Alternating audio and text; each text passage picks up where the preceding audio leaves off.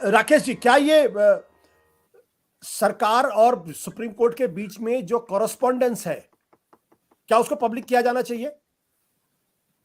या कॉरेस्पॉन्डेंस में क्या है, ये हम उससे पर डिपेंड करता है। अगर वो कोई सीक्रेट है तो नहीं होना चाहिए था।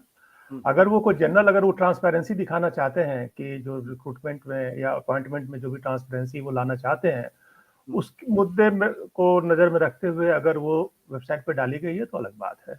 आशुतोष जी देखिए, ये सारी लड़ाई जो है, ये कोई, मेरे हिसाब से, मैं इस पर कुछ अलग ओपिनियन देना चाहता हूँ कि मेरे हिसाब से कोई इंडिपेंडेंस ऑफ जुडिशरी का मामला नहीं है। मैं ये बहुत गंभीरता से कहना चाहता हूँ। ये पूरा मामला ये है कि किसके आदमी जज बनेंगे।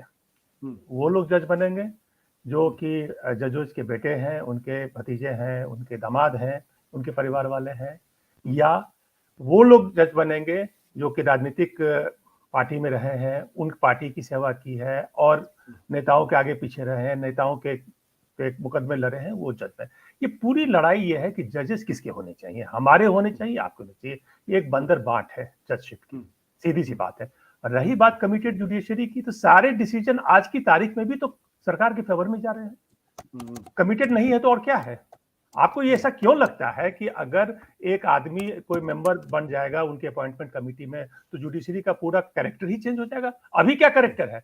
मैं आपको 5 जजमेंट अभी दिखा सकता हूं जो कि सरकार के फेवर में है। अभी तो आप कह सकते हैं ना कि इंडिपेंडेंट जुडिशरी है। राफेल में क्या हुआ, डिमोनेटाइजेशन में क्या हुआ, पीएमएलए पर क्या हुआ, अरुणाचल में क्या हुआ, राम मंदिर में क्या हुआ, सारे जजमेंट तो सरकार के फेवर में है। आशुतोष जी, आप मुझे बताइए कि कौन सा जजमेंट है जो केंद्र सरकार के सीधे सीधे खिलाफ आया है? अभी भी तो इंडिपेंडेंट जुडिशरी तो है ही, ऑन पेपर है। पूरी लड़ाई सिर्फ इस बात की है कि किसका आदमी जज बनेगा। या जो राजनेताओं की भक्ति में रहा है, जो तमाम लोग हैं जो आज की तारीख में लोग बताते हैं कि हाई कोर्ट्स में उन तमाम लोग हैं जो अरुण जेटली साहब के कोर्ट में हुआ करते थे, उनके चैम्बर में हुआ करते थे, उनके साथ लोधी गार्डन में वॉक करते थे, वो जजेस बने। किसके जज बनने चाहिए?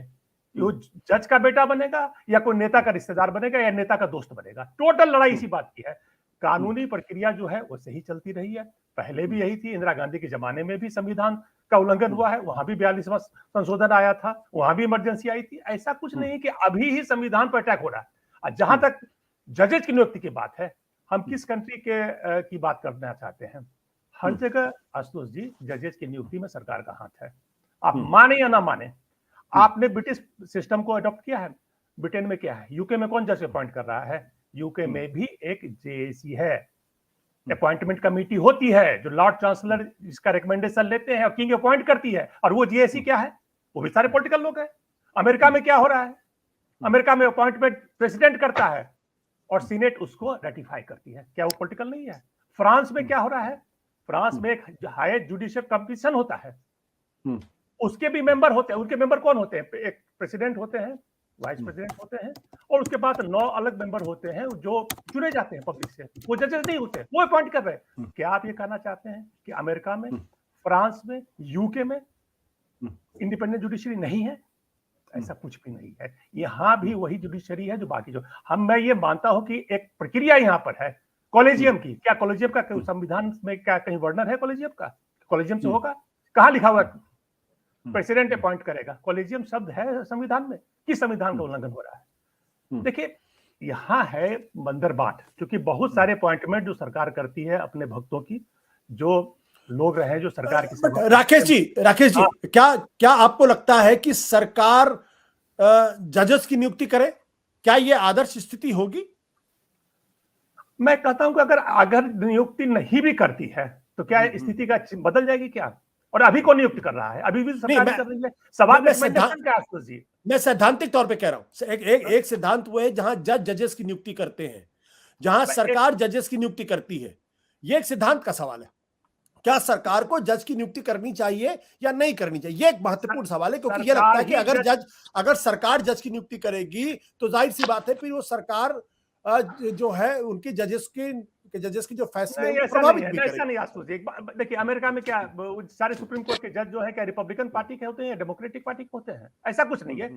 सरकार ही जज की नियुक्ति करेगी। अब सवाल है कि रिकमेंडिंग अथॉरिटी कौन है? रिकमेंडिंग अथॉरिटी कॉलेजियम होना चाहिए या एक जुडिशियल कमीशन होना चाहिए, या उस कमीशन में आदमी किसका होना चाहिए? On paper president of India ही अपॉइंट करता है, चाहे किसी को भी हो। सरकार तो कर ही रही है, रिकमेंडिंग अथॉरिटी कौन होना चाहिए, इस पर बहस है। और हर हालत में सरकार करेगी, जो भी व्यक्ति सरकार के द्वारा नियुक्त होगा उसकी कुछ तो कुछ वफादारी सरकार के प्रति होनी चाहिए, हो भी जाती है, लेकिन वो कानून से अलग होगी, ये तो उस व्यक्ति की निष्ठा पर सवाल उठता है कि कौन जज की, किसकी जज की निष्ठा संविधान के प्रति है या व्यक्ति के प्रति है।